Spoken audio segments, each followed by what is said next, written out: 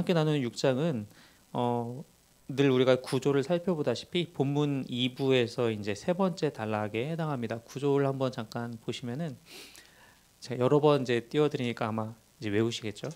이제 2부는 언약 백성이 어떻게 어떤 원리를 가지고 기본 원리를 가지고 살아갈 것인가에 대해서 이제 말씀을 나누는데, 우리가 지난 단락들 5장에서부터 시작해서 영광의 소망과 성령의 이끄심, 그리고 죄의 지배의 기원과 은혜의 통치에 대한 이야기를 5장에서 했고, 이제 6장에 들어와서 이제는 좀 더 죄의 지배로 돌아가지 말라라고 바울이 강조하면서 우리에게 명령하고 있는, 주님의 말씀을 힘입어서 명령하고 있는 장면이 오늘 6장에서 나오게 됩니다. 그래서 바울은 계속해서 우리가 어떻게 살아가야 되는지, 그리고 또 특별히 여기서는 죄에 대하여 어떤 자세로 살아가야 하는지에 대해서 계속해서 얘기를 하고 있어요. 바울이 전했던 복음은 당시의 유대인들이 얘기하지 않았던, 그리고 그렇게 생각하지 않았던, 즉 믿음으로 말미암아 은혜로 구원받는다라는 그런 복음을 전하고 있었어요. 근데 그 복음에 반대하는 사람들이 당연히 있었겠죠. 유대인들은 그렇게 생각하지 않았으니까, 율법을 가진 유대인들은 그렇게 생각하지 않았었던 거죠. 그래서 그러한 바울의 복음에 반박하면서 질문을 두 개를 던집니다. 그게 이제 6장의 전반부에서 첫 번째 질문이 나오고, 후반부 이제 15절부터 또 두 번째 질문이 나오는데, 그 두 질문을 통해서 사도 바울의 복음을 가짜다, 저렇게 하면 안 된다라고 반박을 하려고 하는 거였죠. 근데 이제 이 사도 바울은 그러한 질문들, 예상되는 질문이면서 또 동시에 당시에 실제로 다른 사람들이 그렇게 의문을 가졌던 그 질문에 대해서 스스로 대답하는 형식으로 이제 이 6장을 끌어가면서 우리는 죄의 지배에서 벗어나야 한다라고 얘기를 하고 있어요. 첫 번째 질문은 오늘 1절 말씀에서 얘기한 것처럼 은혜를 얻기 위하여 죄를 지어야 하는가? 라는 질문이고, 두 번째 질문은 이제 다음번에 다시 나누겠지만 15절에 나와 있는 내용인데, 은혜 아래 있기 때문에 죄를 지어도 괜찮지 않은가? 라는 질문이에요. 이 두 가지 질문 중에서 오늘은 첫 번째 질문에 대해서 바울이 어떻게 답변하는지에 대해서 우리가 한번 생각해 보려고 합니다. 본문 1절 말씀입니다. 함께 읽습니다. 시작. 그런즉 우리가 무슨 말을 하리요? 은혜를 더하게 하려고 죄에 거하겠느냐? 바울이 얘기하는 것은 우리의 선행으로 우리가 무언가 잘해서 우리가 공로를 쌓아서 그것으로 구원받는다라고 얘기하지 않고, 오직 은혜로, 우리가 믿음으로 말미암아 은혜로 구원받는다라고 분명히 얘기를 하고 있어요. 그렇기 때문에 그러한 이야기를 들은 사람들은, 특히 이제 유대인들은 어떤 생각을 하게 되느냐? 야, 그럴 거면은 선행이 도대체 뭐가 필요했냐? 율법이 필요 없는 거 아니냐? 너 말대로 하면은 율법도 필요 없고 선행도 필요 없고 도덕도 필요 없는 거 아니냐라고 생각하는 사람들이 생기게 된 거예요. 막 살아도 되겠네? 라고 이제 실제로 그렇게 주장을 하는 거죠. 근데 이 질문에는 그러한 의미도 있지만 또 한 가지는 이제 살짝 바울을 비꼬는 거예요. 야, 말이 되니? 어떻게 선행 없이 어떻게 율법 지키는 거 없이 어떻게 구원받니? 이런 질문 이렇게 누가 다 너한테 공격하지 않겠어? 그러니까 너의 말은 말이 안 돼라고 이제 비꼬는 듯이 이제 이렇게도 질문을 하는 거죠. 근데 사도 바울은 분명히 얘기를 하고 있어요. 아니다, 절대로 그렇지 않다. 우리는 분명히 은혜로만 믿음으로 구원받는 것이다. 선행과 공로가 아니다라고 이제 그 주장을 이제 이 2절부터 단계적으로 설명을 합니다. 본문 2절 말씀입니다. 시작. 그럴 수 없느니라. 죄에 대하여 죽은 우리가 어찌 그 가운데 더 살리요? 바울은 먼저 일단 그게 불가능하다고 얘기를 해요. 그러니까 이 질문을 던지는 사람들은 그런 거예요. 은혜를 통해서 우리가 구원을 받는다고? 근데 그 은혜는 어디서 오느냐라고 바울의 이야기를 들어보니, 우리가 죄인인데 우리 죄를 하나님이 용서해 주시는 것으로 은혜가 온다고?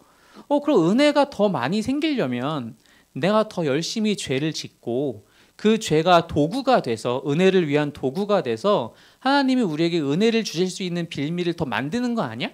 그러니까 죄가 오히려 은혜를 갖고 올 수 있는 어떤 일종의 마중물 역할, 그런 것을 하는 게 아닐까? 그러니까 우리가 더 죄를 더 많이 지어도 된다는 얘기 아니야? 너의 이야기에 따르면? 라고 이렇게 얘기를 했을 때 사도 바울은 첫째, 그럴 수 없다라고 얘기해요. 그러니까 불가능하다는 것입니다. 왜냐? 우리가 죄에 대해서 죽었기 때문에 더 이상 그럴 수 없다라고 얘기를 합니다. 죄에 대해서 죽었다라는 표현은 도대체 무슨 뜻인가? 왜 성경에서 보통 죽음에 대해서 얘기할 때는 사실 육체적인 죽음, 그런 물리적인 죽음에 대한 얘기보다는 법적인 차원에서의 죽음을 사실 더 자주 얘기를 해요. 그러니까 어떤 사람들은 죄에 대해서 죽었다라는 이 문구를 이렇게 해석을 하기도 해요. 그러니까 우리가 죽어 있는, 그러니까 죄와는 우리와 감각이 단절돼서, 마치 이제 죽은 사람이 죽으면은 모든 감각이 단절되잖아요. 마치 그런 것처럼 우리는 죄에 대해서 모든 죄를 향하는 모든 감각이 단절됐기 때문에 죄를 지을래야 지을 수 없다라고 해석하는 사람들이 있어요. 근데 그건 잘못됐죠. 왜요? 우리 삶을 보면 알잖아요. 우리의 모든 감각은 내비두면 다 죄를 향해요. 가만히 있어도 이쪽으로 막 저기 뭔가 좀 더 좋아 보이는데, 내가 원하는 것이 저기 있는데 우리는 다 그래요. 그러니까 그런 해석은 사실 맞지 않아요. 죄에 대해서 죽었다라는 것은 죄와 내가 어떤 감각적으로 물리적으로 단절되어 있다라는 상태를 얘기하는 것이 아닙니다. 이것은 예수님께서 죄에 대해서 죽으셨기 때문에 우리가 그 유익을 같이 공유할 수 있게 되었다는 뜻이에요. 예수님께서 그럼 죄에 대하여 죽었다라는 것은 무슨 뜻이냐? 예수님께서 십자가에서 돌아가실 때에 우리들의 모든 죄책을 다 안고 가셨다라는 겁니다. 즉 우리는 더 이상 죄에 대한 책임이 우리에게 남아있지 않다라는 거예요. 즉 정죄함이 우리에게 남아있지 않다라는 겁니다. 예수님께서 그것을 단번에 해결하셨기 때문에, 즉 죄가 요구하는 것, 죄는 무엇을 요구합니까? 죄는 생명을 요구를 해요. 피 흘림을 요구를 해요. 죄는 사망을 요구를 합니다. 예수님의 죽으심으로 그것을 다 충족시키셨기 때문에 죄책은 사라진 거예요. 그것을 우리는 성경은 죄에 대하여 예수님께서 단번에 죽으셨다라고 표현을 하고 있다는 것입니다. 그런데 우리는 어떻게 그것을 함께 누릴 수 있게 되었느냐? 이제 그것에 대해서 이제 사도 바울이 이제 얘기를 계속해서 해나가게 됩니다. 먼저 말씀드리자면 우리는 세례를 받고 예수 그리스도와 연합함으로 말미암아 그 연합을 통하여서 내가 한 게 아니지만, 내가 실제로 내 죄책을 짊어진 게 아니지만 예수님께서 우리의 모두의 죄책을 짊어지고 가셨기 때문에 그 유익을 나도 함께, 예수님과 연합한 나도 함께 그 유익을 얻게 되었다. 그러니 너도 나도 우리 모두는 죄에 대하여 죽은 것이다 라고 얘기를 하는 겁니다. 죄에 대하여 죽었다라는 것은 죄가 더 이상 우리에게 요구할 수 있는 게 없다라는 거예요. 그래서 죽었다고 표현해요. 법적으로 그것이 더 이상 나에게 요구할 수 있는 거리가 없다라는 겁니다. 그래서 그것을 죽었다라고 표현을 하는 거예요. 그래서 이제 이 연합을 통하여서 우리는 예수님께서 행하신 일들에 대한 유익을 함께 누릴 수 있게 되었다. 그리고 아까 말씀드린 대로 이 연합은 바로 세례를 통해서 이루어지는 것이 아니라 세례를 통해서 드러나게 된다라는 것입니다. 본문 3절 말씀입니다. 시작. 무릇 그리스도 예수와 합하여 세례를 받은 우리는 그의 죽으심과 합하여 세례를 받은 줄을 알지 못하느냐? 세례는 여러 가지 의미가 있겠죠. 우리가 죄로부터 깨끗해졌다라는 의미도 있고요. 성령을 선물로 받았다라는 의미도 있어요. 또 예수님께서 세례를 받으시는 그 장면을 통해서 이제 예수님의 사역이 시작되는구나. 또 세례 요한이 당시에 다른 사람들에게 세례 줄 때는 이제 회개의 세례를 베풀잖아요. 너희들의 죄를 스스로 고백해야 된다. 그런 회개의 세례에 대한 의미도 분명히 있겠죠. 근데 사실 세례의 본질적인 의미는 무엇이냐면은 우리를 그리스도와 연합시켜 주는 것이 바로 세례라는 거예요. 마치 어떤 구약의 장면과 연결이 되느냐? 마치 이스라엘 사람들이 모세에게 속하여 다 구름과 바다에서 세례를 받았다라고 묘사하는 그 구약 성경인 모세처럼 바로 그러한 행위, 즉 자신들의 지도자로서 그에게 충성을 다짐하는 그런 것으로 우리가 이해할 수 있다는 것입니다. 그래서 세례는 드러나는 형식이잖아요. 세례 자체에 힘이 있는 게 아니에요. 그냥 아무나 가서 누군가의 머리 위에 이렇게 물 뿌리고 주전자로 물 붓고 한다고 그게 세례가 아니잖아요. 세례가 드러내는 게 있는데, 세례는 무엇을 드러내느냐? 우리가 예수가 주님이시고 그리스도라는 것을 마음으로 믿고 입으로 시인한 자들이 세례를 받음으로써 내가 그리스도와 이제 연합하게 되었다. 은혜로 말미암아, 그 십자가 은혜로 말미암아 나와 그리스도가 연합하게 되었다라는 것을 세례를 통하여서 만방에 공표하는 거잖아요. 나만 알고 있는 사실이 아니라 이제 모두가 알게 되었으니 나는 그렇게 살 것이다라고 공표하는 것이 바로 세례라는 것이죠. 지금은 우리가 교회에서 이제 약식 세례를 우리가 서로 베풀고 받고 하지만 예수님 시대에는 다 우리가 성경에서 봤다시피 세례 요한이 어디서 세례를 줘요? 요단강에서 정말 뻥 뚫려 있는 아무나 다 와서 찾아볼 수 있는 곳에서 세례를 베풀어요. 당시에 세례 요한은 이스라엘의 그 유대 땅에서 그 유대 왕과 그 로마의 그 지배자들에게 공공의 적이었어요. 저 사람이 한번 들고 일어나면 우리는 막을 수 없을지도 모른다라고 생각하는, 그렇게 사람들이 그런 지배자들이, 권력자들이 다 두려워하는 사람이었단 말이에요. 근데 그 사람이 요단강에서 세례 준다고 하니까 이 사람 저 사람들이 다 수천 명이 몰려와서 늘 세례도 받고 늘 그렇게 줄을 서 있잖아요. 근데 그 와중에 세례를 받는다라는 것은 나도 저 사람과 저 사람의 이야기에 동조한다라는 뜻이에요. 당시의 세례는 그런 의미를 갖고 있었어요. 그러니까 나는 이제 세례 요한이 얘기한 것처럼 죄로부터 고리를 끊고 내가 회개하며 살아가겠다라는 그런 의미였단 말이에요. 그 이후에 이제 초대교회로 넘어오면서 사람들은 세례받기를 두려워하지 않았다는 겁니다. 역시 예수가 주님이시오, 나의 그리스도시오, 나를 살리신 분이시라는 것을, 나를 구원하시는 분이시라는 것을 믿고 시인하는 자들이 세례를 받고, 그 세례 받았으니 내가 세례 받는 것을 아는 사람들이 많이 있을 것이고 나는 그렇게 살겠다라고 공표하는 거잖아요. 그리스도와 연합하는 것. 바로 그런 연합으로 말미암아 우리가 그리스도와 동일화가 된다.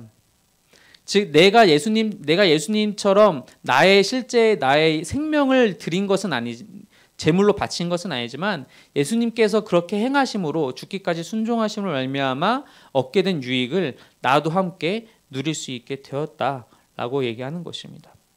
단지 그런데 이 죽으심만, 예수 그리스도의 죽으심에만 우리가 연합하는 게 아니라는 거죠. 본문 4, 5절 말씀입니다. 시작. 그러므로 우리가 그의 죽으심과 합하여 세례를 받음으로 그와 함께 장사되었나니 이는 아버지의 영광으로 말미암아 그리스도를 죽은 자 가운데서 살리심과 같이 우리로 또한 새 생명 가운데서 행하게 하려 함이라. 만일 우리가 그의 죽으심과 같은 모양으로 연합한 자가 되었으면 또한 그의 부활과 같은 모양으로 연합한 자도 되리라. 그리스도의 죽으심과 더불어 연합하였기 때문에 우리 역시 죄에 대해 죽은 사람들이, 죽은 존재가 되었다면 뿐만 아니라 우리는 부활하신 예수님과도 연합한 것이기 때문에 우리에게도 역시 그 부활이, 즉 새로운 삶이 우리에게 주어진다는 것을 우리가 알고 있어야 된다는 것입니다. 잊지 않아야 된다는 거예요. 왜 이것이 중요하냐? 우리가 이제 새로운 삶을 살게 되었다라는 것은 단순히 그냥 내가 새로운 지역에 이사 가서 사는 것이나, 혹은 내가 새로운 상급 학교에 진학해서 이제 새로운 친구들과 생활하는 것이나 그런 차원의 문제가 아니라는 거예요. 나의 전 존재가 바뀌었다라는 것입니다. 내가 이제는 죄에 대하여, 예전까지는 죄에 대하여 죄의 지배를 받고 있고 죄가 나에게 왕노릇하는 그런 존재였다면 이제는 죄에 대하여 단번에 죽은 그런 유익을 함께 누리는 그런 사람으로 새롭게 살게 되었다는 거예요. 새로운 존재로 살아가게 된다는 것입니다. 이걸 좀 더 구체적으로 사도 바울이 이제 6, 7절에서 설명을 합니다. 본문 6절, 7절입니다. 시작.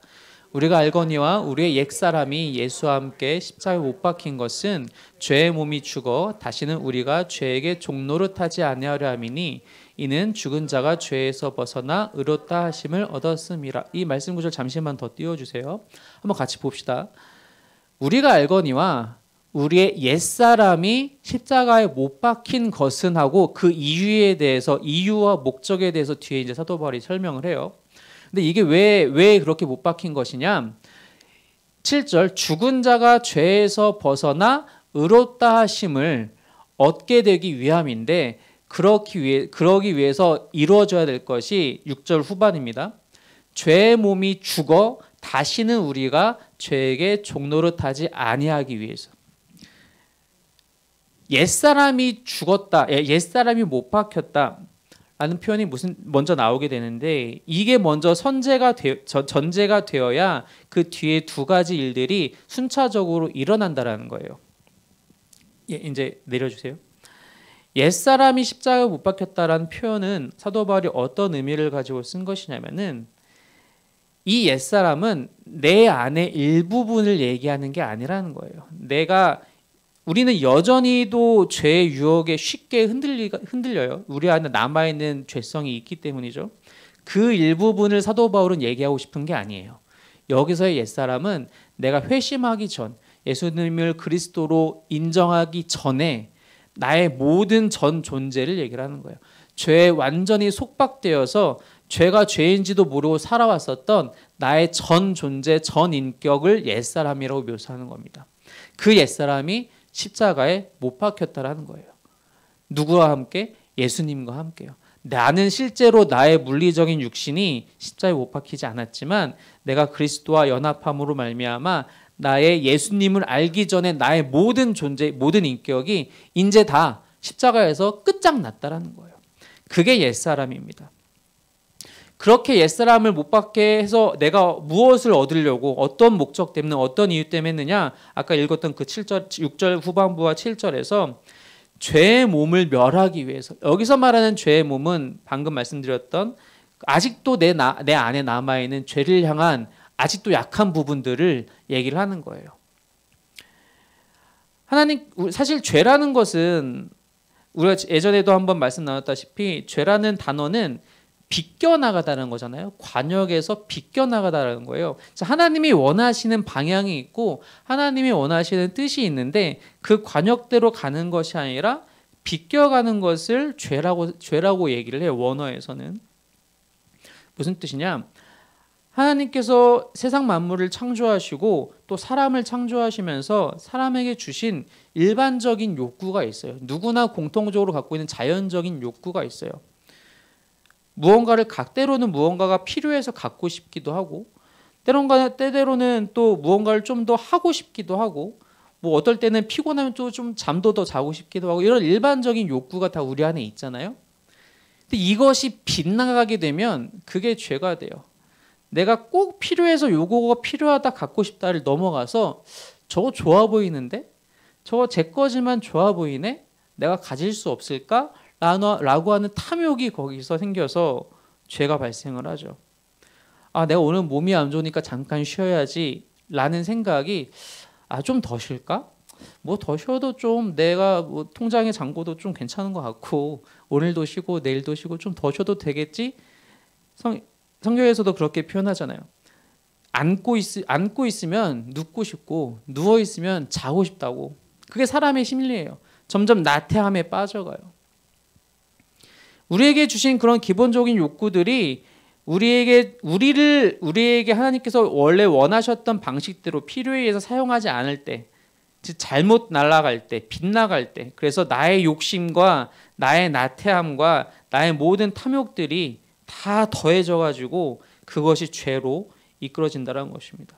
그것을 사도 바울은 여기서 죄의 몸이라고 얘기를 하고 있어요. 그것을 그래서 죄에 의해서 통제되는 몸을 바로 여기서 사도 바울은 죄의 몸이라고 얘기를 하고 있다는 것이죠. 이것이 멸하여져야 한다. 더 이상 우리가 죄에게 통제받지 않아야 하기 위해서 이런 일들이 필요하다라고 얘기를 하고 있다는 것입니다. 죄가 더 이상 우리에게 왕노릇하지 못하도록. 그래서 우리는 예수님을 믿고 예수님께서 그 모든 것들을 해결하셨다는 것을 믿고 그래서 예수님과 연합함으로 말미암아서 그래서 그 죄에 대해서 단번에 죽는 그 유익을 함께 누려야 한다는 것이죠. 그리고 우리는 이 자리에 앉아있는 저와 여러분들은 모두 그 유익을 이미 누리고 있는 자들이라고 사도 바울이 얘기하고 있다는 것입니다. 근데 아까 말씀드린 대로 우리는 단지 그것만으로 연합한 것이 아니라 또한 부활의 새 소망, 새 생명에도 연합했다라는 것이죠. 본문 8절에서 10절입니다. 시작. 만일 우리가 그리스도와 함께 죽었으면 또한 그와 함께 살 줄을 믿노니 이는 그리스도께서 죽은 자 가운데서 살아나셨음에 다시 죽지 아니하시고 사망이 다시 그를 주장하지 못할 줄 알미로라. 그가 죽으심은 죄에 대하여 단번에 죽으심이요 그가 살아계심은 하나님께 대하여 살아계심이니. 죄에 대하여는 단번에 죽으셨어요. 예수님께서. 그리고 예수님께서 부활하심으로 하나님께 대하여 살아계시대요. 그럼 우리는 역시 그리스도와 연합했기 때문에 우리 역시 죄에 대하여 단번에 죽었고, 또 하나 잊지 말아야 될 사실은 우리는 이제 새 생명으로 하나님께 대하여 새로운 삶을 살고 있다는 것을 기억해야 한다는 거예요. 우리는 무언가 내가 잘못한 걸 용서받는 건 상당히 좋아하고 중요하고, 나에게 그것이 나에게 꼭 필요한 것은 잘 인식해요. 그런데 내가 하나님께 대하여 살아있다, 그리고 그것을 위해서 새로운 삶을 받았다는 것은 종종 잊어요. 그래서 이 1절에 나왔던 질문처럼 내가 이제 용서받았으니까, 그래서 좀 더 어떻게 보면은 그 용서받은 것을 위해서, 용서받을 것을 위해서 또 죄를 짓게 되고, 그런 일들이 반복될 수 있다는 거죠. 그런데 하나님께 대하여 새로운 삶을 받았다, 그 새 생명을 지금 살고 있다라고 우리가 인식한다면 그럴 수 없다라는 거예요.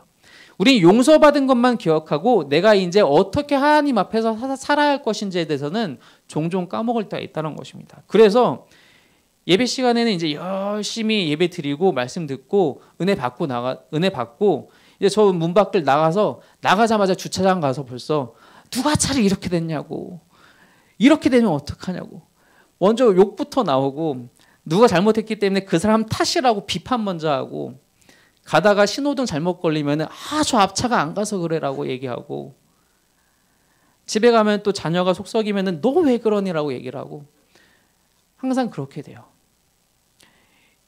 용서받은 것만 생각하고 내가 이제 용서받았으니 새로운 삶을 살아가야 한다는 것은 우리가 자주 잊기 때문입니다. 그런데 사도 바울은 그것도 동일하게 중요한 것이라고 얘기를 합니다.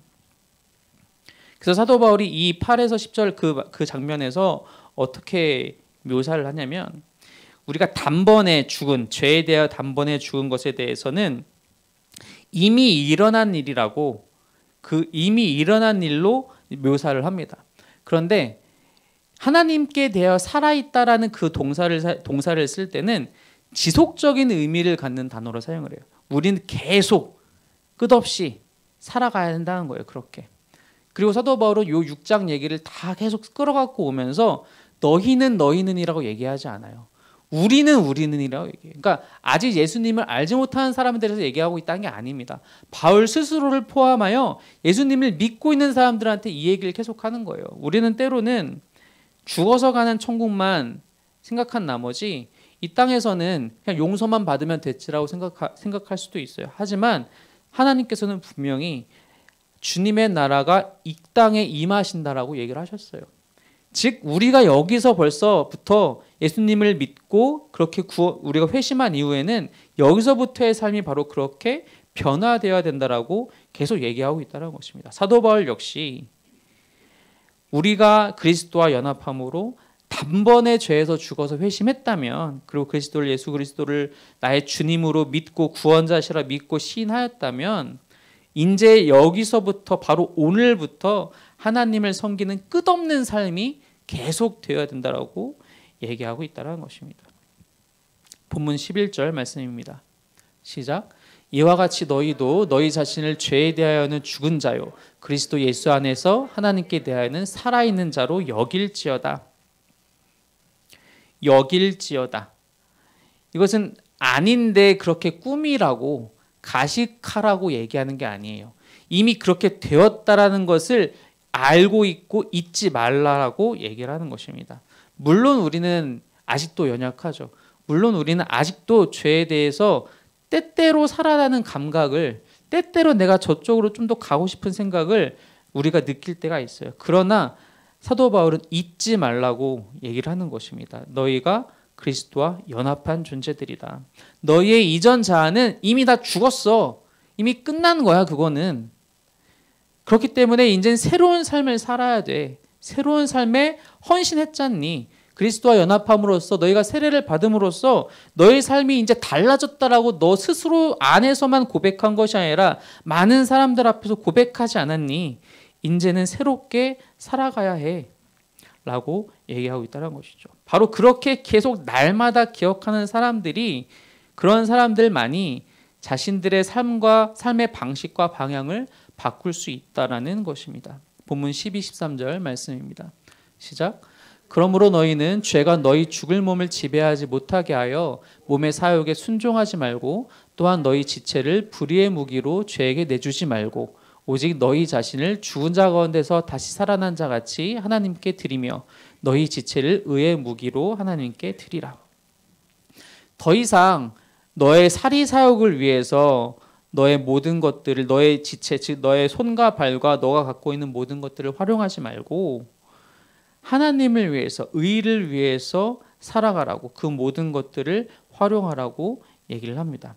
왜? 이미 우리는 죄에 대하여 죽었기 때문에. 왜? 우리는 이제 새로운 삶을 살아가기로 그리스도와 연합했기 때문에. 그 부활의 새 소망이 우리에게 이미 현재 진행형이기 때문에 그렇다라는 것입니다.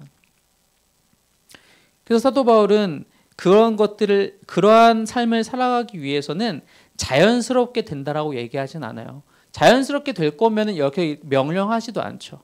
이렇게 명령하고 날마다 기억하라는 얘기는 우리는 의도적으로 이것을 기억해야지 잊지 않는다는 얘기예요. 그냥 가만히 있어도 날마다 생각나고 밥 먹을 때도 생각나고 내가 차 타고 갈 때도 생각나고 말할 때도 생각나면 얼마나 좋겠어요. 근데 우리는 사실 그렇지 않아요. 그래서 의도적으로 계속 기억하라고 얘기를 하고 있다는 것입니다. 어떻게 하면 그게 돼요? 날마다 말씀을 가까이 해야죠. 우리 올해 표어가 있잖아요. 날마다 성경을 읽고 날마다 기도하고 그래서 날마다 응답받고 그게 날마다 이루어져야 된다는 거예요.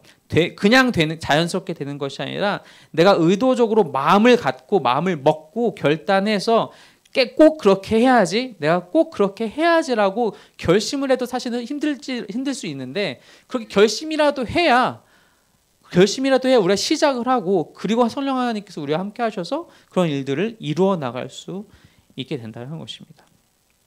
본문 14절 말씀입니다. 시작. 죄가 너희를 주장하지 못하리니 이는 너희가 법 아래에 있지 아니하고 은혜 아래에 있음이라. 바로 이것이 죄로부터 자유를 얻을 수 있는 궁극적인 비결이라는 것입니다. 우리가 더 이상 법 아래에 있지 않다라는 것이 포인트죠. 우리는 이제 은혜 아래에 있다는 것입니다.